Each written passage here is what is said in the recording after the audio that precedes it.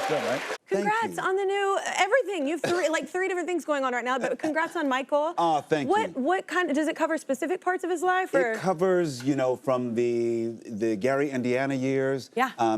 He is like 8 years old, and the makings of Michael. That's what this film really is. Like, yeah. So you can get to understand who this icon is and was, and his impact, but it's also leading up to him becoming a solo artist. Yeah. So a lot of the conflict actually is between he and his father, because, you know, Joe had such a domineering,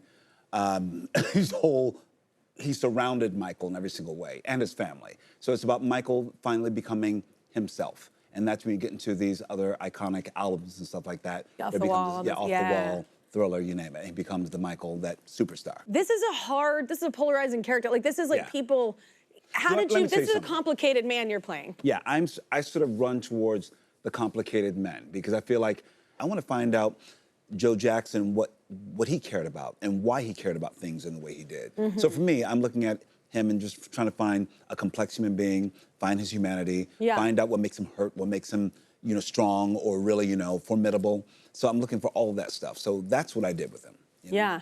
It is interesting what gets us where we are. It's true. You know, I do like that. So you grew up with a stepfather, kind of raising you. So that generation was very different. Like our, I mean, I think that's why I did a deep dive with Joe Jackson in that way. I thought, oh, you know, he was a blue collar worker. He worked in a steel mill, and I was like, wait, where can I find that in my own life? And I looked at my own stepfather, who was a blue collar. You know, he sanded hardwood floors. I worked with him for like, you know, 3 summers between 12 and like 15. I actually got fired from that job. Not that I was bad.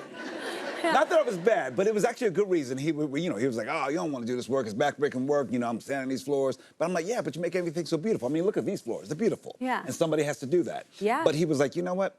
I don't want you to do this backbreaking work, because he only had a 7th grade education because he had to just go to work. Yeah. And he said, I want you to use your mind, and I don't want you to have these hard calluses. I want you to have soft hands. Yeah, he is working so hard, so you can have an opportunity for maybe something different. That was a generation, and that's where I tapped into. I'm like, maybe Joe is a part of those guys. He wasn't soft and warm and fuzzy. Neither was my stepfather. Grew up in a different world as exactly.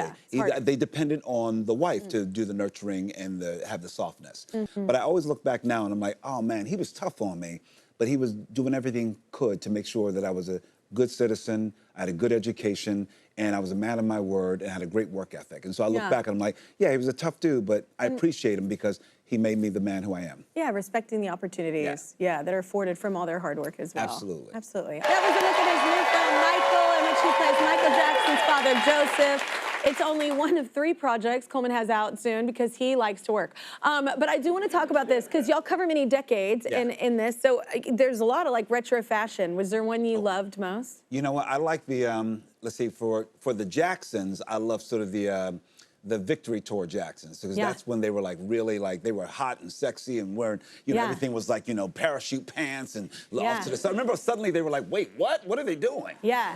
You know, but somebody got a paycheck. Yes, exactly. it's like when we all get money and we're like, I can do better. For Joe Jackson, I like when he moved into his Jericho season. Yeah. Because it was wet. Why had not? A wet curl. He had a wet curl and lots of jewelry, and he always wore like an earring, and he sort of looked like, you know, like a little like like, I don't know, I don't want to say it. You know, that makes us want to hear it more. But bit of a gangster, a bit of a G. Yeah. He knew, because he would wear like a nice pinky ring. Yeah. And like pendants and stuff like that. He was just a player. You know, if I see a grown man wearing a pinky ring, I'm like, that's a confident man. That's a confident man. That's a confident man. Pinky rings are very confident. Pinky rings and they're making a comeback. I've seen 2 pinky rings in 1 week. I have seen pinky rings on this show, and I'm like, you know what? You are comfortable in your skin. Yeah, that's a sign, which I'm down for. You're also one of the other projects you're back for with Euphoria. Yeah. It's been 4 years? 4 years. Oh, what's it like? It feels good. Just getting like back in the kitchen with Zendaya, it was fantastic. Yeah. Most of my scenes were with her. And it's great. And I think this season really is a season about faith more than anything. I think, you know, it is a show about addiction and people struggling in many ways. But I think ultimately it's about what people are trying to hold on to right now and why they're drawn to the darkness and stuff like that. But ultimately, it's about faith and believing in something bigger than yourself. Yeah. Do you I imagine you have to learn something from each character you play, good or bad, I guess. But like, do you learn a lot from that character? I really do. Ali is sort of the voice of reason and sort of he's the audience's way in, I think, you know, because suddenly the world stops spinning so much when Ali's on camera. Yeah. And which is kind of cool. So for me, I learned a lot. Like, this dude, you know he's done some terrible things because he said he has. Yeah. But when he's presenting right now, he's like, no, I'm a pretty evolved human being and I'm trying to do good in the world. But I feel, for me, well, anything, he's always going back to zero and saying, no, just think about what you're doing. Think about your choices. Yeah, like the root of it. Yeah, the root of it. So I think that's what I like about him, and I feel like that sort of helped me as well. I sort of like, I don't move fast, really. I'm very limber and all that, but I'm like, I sort of take my time and just like, and be thoughtful about what am I saying, how am I saying it, how do I want to affect someone else. You're like a sexy R&B song. That's me. Yeah. That's me. You And when take your see me, time, you do it right. Take your time. You baby. do it I'm like a right. Barry White song. Yes. Like old school, exactly. That deep voice. I love that. So I love the compliment too of like, how fabulous would that be to be a person you come in a room and you slow down the chaos? Yeah. Like, what an attribute. Listen, in earlier seasons, they were young people, high school students having wild amounts of sex and chaotic situations, and I would come in and be like, all right, so what you doing? What you really doing? Yeah. Why you want to do The why. Exactly. I'm the why. Yeah. I love Four Seasons. I actually just had Steve on. I know he's not in the new one, obviously. But yeah, he did. Had to go. But unless it's going to go soap opera and it's like, oh, he's not. Exactly, like, right? No, Never but know. I love this project too. You're a part of so many amazing projects. But what's great about being back with the cast of Four Seasons? Oh, man, it's just fun. It's lighthearted. It's something that I feel like we all need right now. It's just really a show about platonic. It's lighthearted, but you approach real messages. Yeah, like but it's still very light, though. But it's about all sorts of kind of love as well. Yeah. So I feel like, especially right now with so much chaos happening in the world, you just want to go with a group of friends. We're going to go to a new location. And we're going to have these really interesting comedy of errors with each other. And and I love, you're working with like people who operate at the highest level of comedy. Tina Fey, you know what I mean? Kenny Silver. Yeah. Yeah, Marco Cavani, it's fantastic. I know. I just met Kenny Silver. I met her here. She was with Pink. Yeah. When she was, and I was so excited. I played it cool, but I was so excited because I love Four Seasons. I love everybody on it. And I think it's just she does such a great job. Carrie I played is it really incredible. cool. Yeah. She's incredible. Yeah. Yeah, 'cause she's one of those. What I love about we're all actors and comedians who know how to really operate with deep pain and pathos, and also have comedy chops. I think that's why I don't need to dive, deep on people I love, because I know we all had some kind of traumatic happen. Absolutely. So you know what I'm saying? That's why we're sitting here. I already know it happened. I don't need to. Something happened to us. I know something was there. You know. Exactly right. I want to talk about this because I thought this was incredible, and you did such a great job. And Sabrina Carpenter's video, Tears. Oh yeah. Yes. Yeah. You know what it reminded me of too?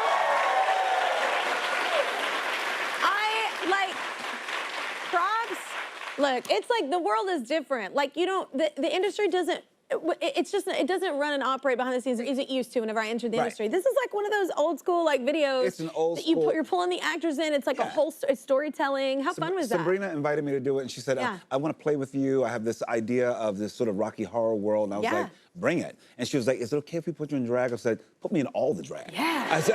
I said, how many outfits do you want? And Music videos are where you can play like that. You could play like that. We played until 4 in the morning, but of course, listen, at about 3:30 in the morning, they wanted me to get back in 6-inch heels, and I was like, I'm going to pass on that.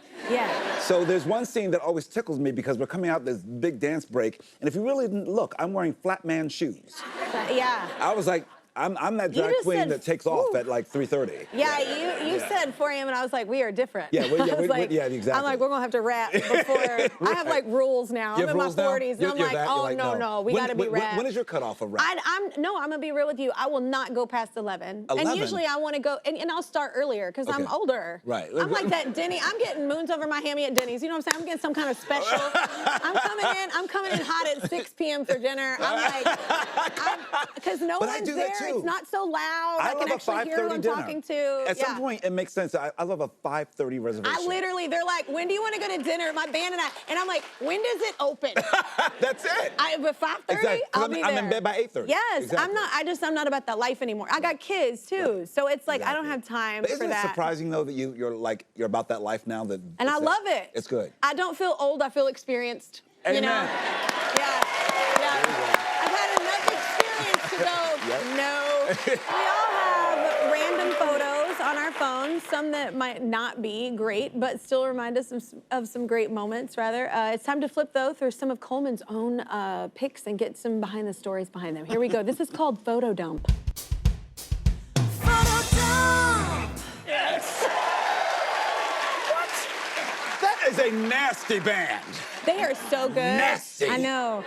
And you know what's funny is we didn't actually know we were doing this until like right before the show, so they just like were like, sure, got it. Yeah. It's amazing. Okay, well, Colman has provided some never before posted photos, and he's going to walk us through what was going on in his life when he took these. So here's the first photo. What do we got? What was going on? Is that Tina Fey? That is Tina Fey, ladies and gentlemen. Yes. Yeah, the comedic legend Tina Fey. And that's her laying in a bed. Yeah. And it's a stunt that will happen at some point. Well, I won't tell you what happens with the stunt with Four Seasons, but there's a stunt. But I love that there's all these hands. Everyone's very concerned about Tina Fey in this bed. And she's laying there, but she's happy, yet she looks like she's in a coffin. Yeah. So I like that picture. Yeah, exactly. Yeah, I'm like, what is happening? Why did it go in that like that? Yes, that should not be. That's not a good look at that pure joy in her face. Pure joy. Next photo. Oh, now look at that. That is me as Joe Jackson. And that is my makeup artist, Jamie. Yeah. I don't know what we're doing in that picture. We're just looking off to the side. It looks like one of those 80s superimposed, you know, shots. But then what I love is that there's pins from Jamie's makeup bag of Jamie as the coolest 19-year-old with the sunglasses on. She makes all these pins for people. She made a pin of me from the Sabrina Carpenter video. That is so 90s. Yeah, very 90s. Yeah. And then she calls herself in her group the Domingos. The Domingos. And she actually made pins, so she will give them out to anyone. Yes. And it is always something that sort of horrifies me, yet I'm delighted at the same time. Yeah, exactly. It's a compliment. Yeah, I think do I want my fans to be called the Domingos? Yes, you do. I do? Fine. Okay, fine. It's a fun name. Right. I just thought it was just the weirdest photo ever, and I'm like, why does that exist? No, I'm just saying that's like marketing genius. That should be your merch. There we go. That's your merch. There's my merch. Yeah. Exactly. Look, she's setting you up. I also the transformation right now. You look incredible. That took 2.5 hours a day, but we got it cut down to 90 minutes a day because they're rock stars. This Bill Corso designed it, and then Mo and Jamie, they applied every day, and it was fantastic. That has to help you when people are so amazing at what they do, and they transform you like that, and you come out and you feel like you feel different. Really, it is all these beautiful details like the nose, the brow, all the things you wouldn't even think about to transform. Has to help inform you. Yeah. It does. Yeah. All right, finally we got this one. That is the love of my life. That is Raul, my husband. Look at that smile. And he's enjoying a delicious margarita that I made him. Yeah. Yeah, because I don't know if you know, I used to be a bartender for like 15 years. I did know. You did know. I did know. And I can make a mean cocktail. I heard. And lately, I want to smile like this. You want to smile? Because you want to smile like that? I want to smile like Well, how about this? Should I make you a margarita? I think you should make me a margarita.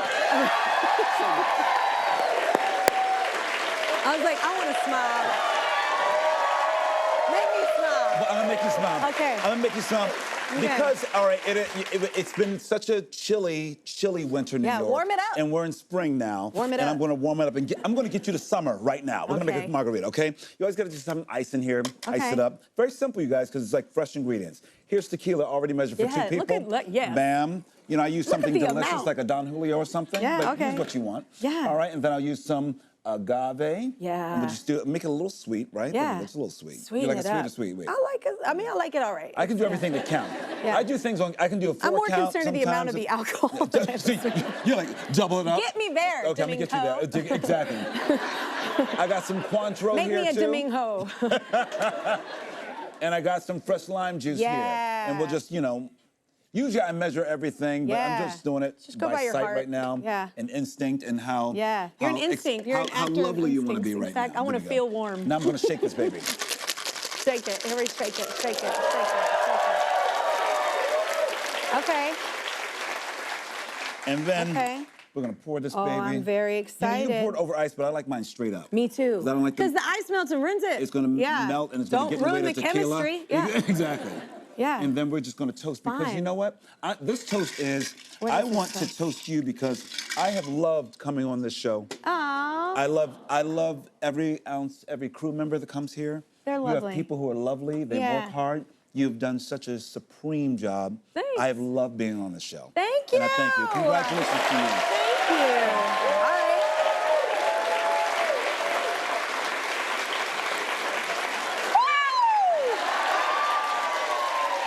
Oh, damn. That's good, right? That's why he was smiling. Yeah. Exactly. Y'all had a good night. All right, everybody, give it up for Colman Domingo. HBO Max, and the movie Michael is in theaters starting tomorrow.